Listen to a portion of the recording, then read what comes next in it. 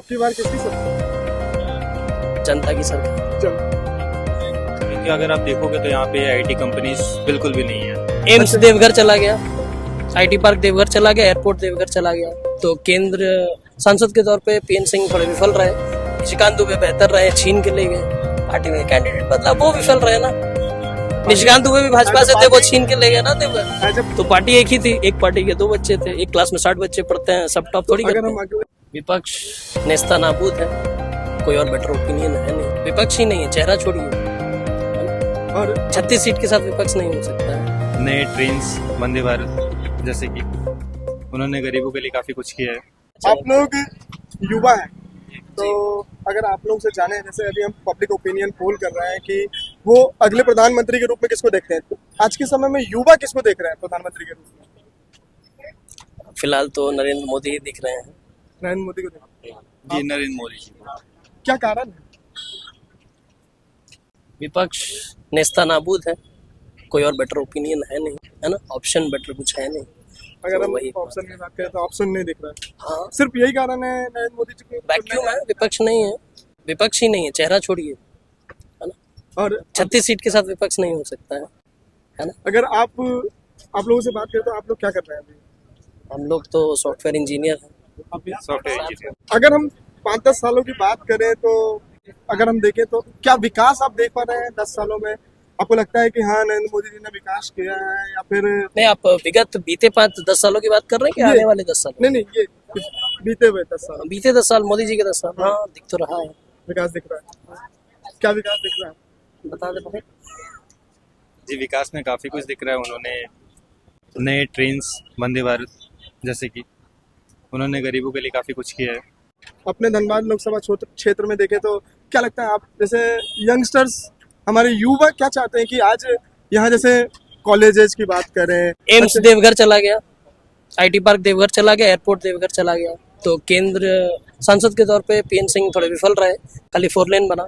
ये मेरा निजी विचार है, बाकी तो आप समझ ही रहे। निशिकांत दुबे बेहतर रहे, छीन के ले गए। तो यहाँ पे आप सांसद में बदलाव चाहते हैं क्या? बदल तो गया है। नहीं तो पार्टी तो वही है ना।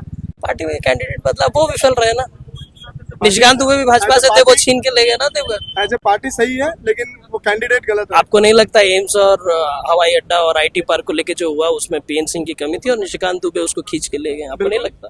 तो पार्टी एक ही थी, एक पार्टी के दो बच्चे थे, एक क्लास में 60 बच्चे पढ़ते हैं, सब टॉप थोड़ी अगर करते हम हैं। अगले जो हमारे नए उम्मीदवार हैं, जो खुल्लू महतो जी है, तो वो लगता है कि वो आने वाले कल को बदल सकते हैं?